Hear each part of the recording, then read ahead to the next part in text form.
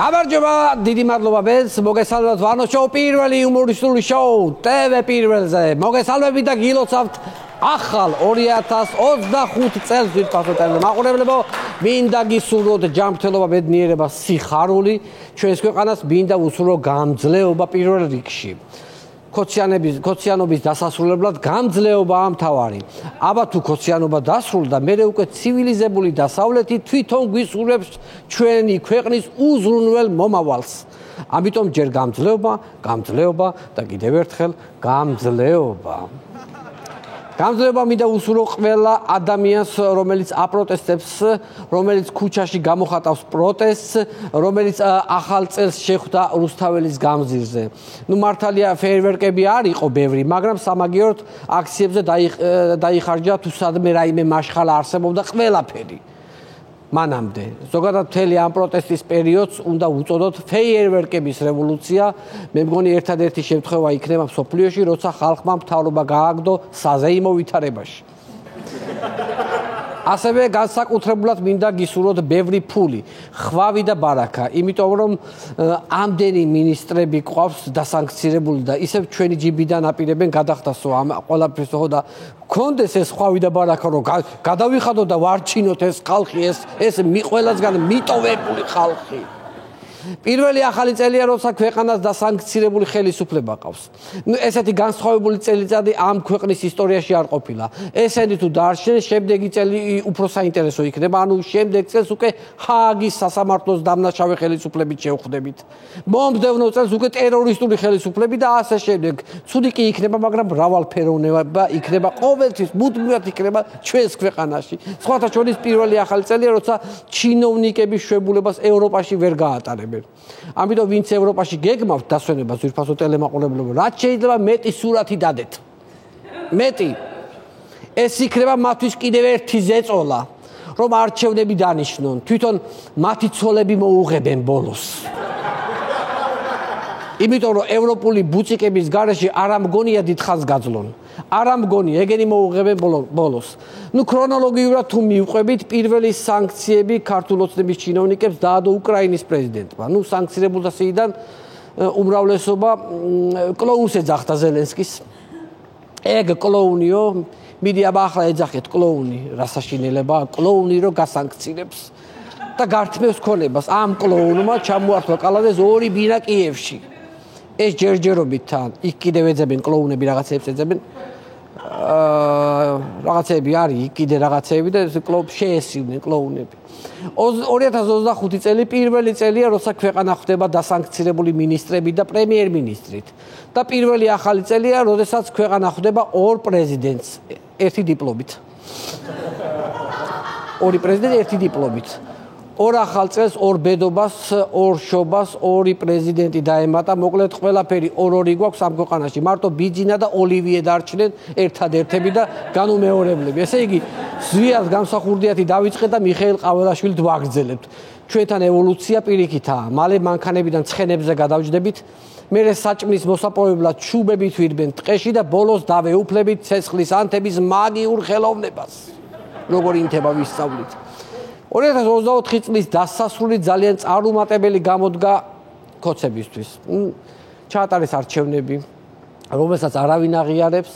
პარლამენტი, რომელიც 25 ნოემბერს შეიკრიბა, არალეგიტიმურია, ანუ საკანონმდებლო ორგანო შეიკრიბა და პირველი რაც გააკეთა ქვეყნის მთავარი კანონი კონსტიტუცია დაარღვია.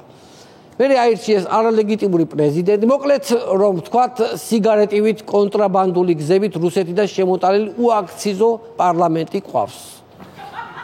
ხო ხვდებით რა შესაძლოა. საერთოდ მე ვერ ხვდები რა ეშარებოდა ქართულ ოცნებას. ჯერ იყო და გამოვიდა ბიძინა, ყაველაშვილი დაასახელა პრეზიდენტობის კანდიდატად. იმ დღეს ხო ყობახიძემ ჩვენო 2028 წლამდეო წვეთო ევროპასთან ურთიერთობასო. ერთი მხრივ სასიხარულო ამბავია, მეგობრებო, გილოცავთ, მე ვთვლი, რომ ირაკლი ყობახიძემ გადაგვარჩინა.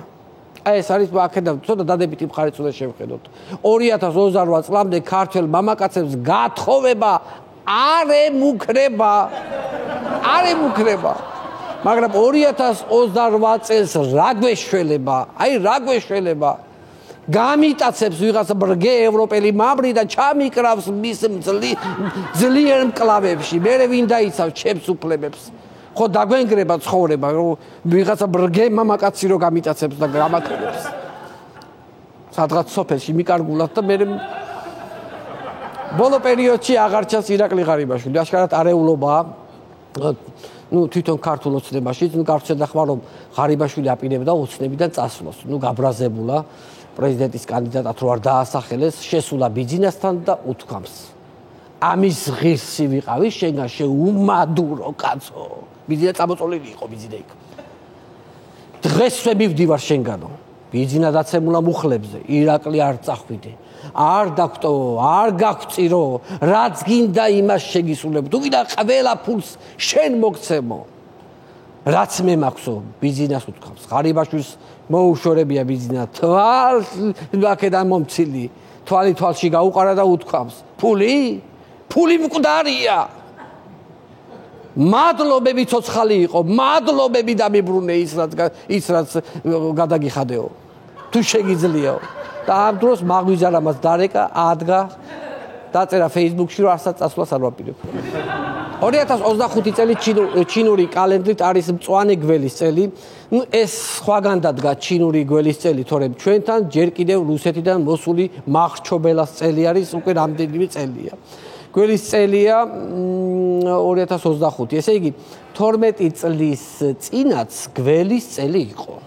ანუ ის რომ მოვიდა მაშინაც გველის წელი დგებოდა, ხვდებით? წარმოიდგინეთ, მახრჩობელა გველის ეგრეთ წოდებული უდავის წელი. და როგორც რა ვიცი, მოსრიალებით გაგვახარა, წასრიალებითაც უნდა გაგვახაროს, რა ვიცი, ნახოთ.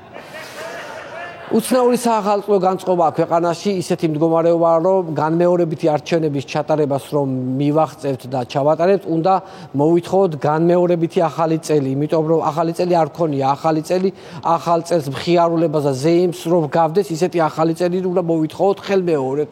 განმეორებითი ახალი წელიც კარგია. სამაგიეროდ ძალიან საზეიმო განწყობაა სუფევ და პირიქითა საქართველოში. ეს არის საოცრება. სამთავრობო არხებზე იყო გუგუნი ისეთი შეგრძნება მაქვს, რომ თითქოს რაღაცა პარალელური სამყარო არსებობს ძირფასო ტელემაყურებელს, სადაც მხოლოდ ბედნიერი ადამიანები ცხოვრობენ.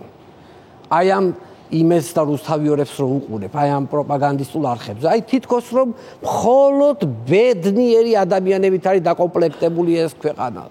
თან რაღაცნაირად მისტიკურია ეს ყველაფერი. რო უყურებ, ცოტათი შიშიც გიპყრობს. შეგრძნება გაქვს, რომ თითქოს ეს მომღერლები და ისინი მალე ურჩხულებად გადაიქცევიან და შეგვჭამენ. ანუ რაღაცა ესეთი ფილმივით სცენარია, ხო იცი რომ თავიდან რომ კარგად გექცევიან და მერე რომ რაღაცა უბედურება უნდა დაგმართონ. აი ესეთი სიტუაციას ხედავ ხოლმე იქ სამთავრობო არხებზე.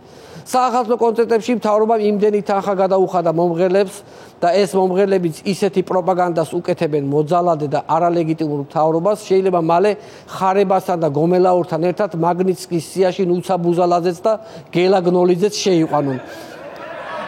მაინც რომ შევაფასოთ, როგორი წელია 2025. პირველი წელია, როცა ქვეყანაში კატასტროფულად გაზრდილია კომუნალურები და ფასები პროდუქტებზე. პირველი წელია, როცა ლარი კატასტროფულად გაუფასურებულია. პირველი წელია, როცა მოსახლეობის უმრავლესობა სიღარიბის ზღვას ქვემოთაა. მოკლედ 12 წელია პირველი წელია, როცა ამ ყველაფერზე ვსაუბრობ და იმედია ეს იქნება ბოლო წელი, როცა ეს პირველი წელია.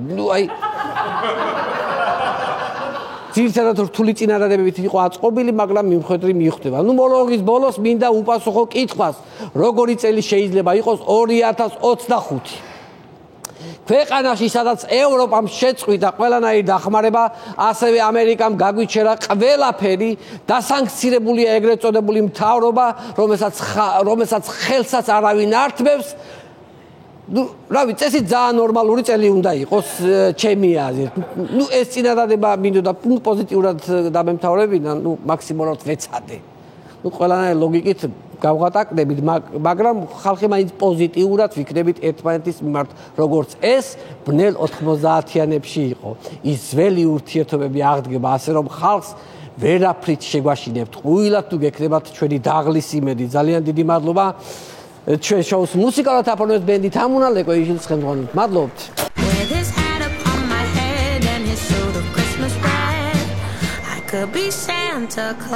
გადაცემის პარტნიორია Coca-Cola.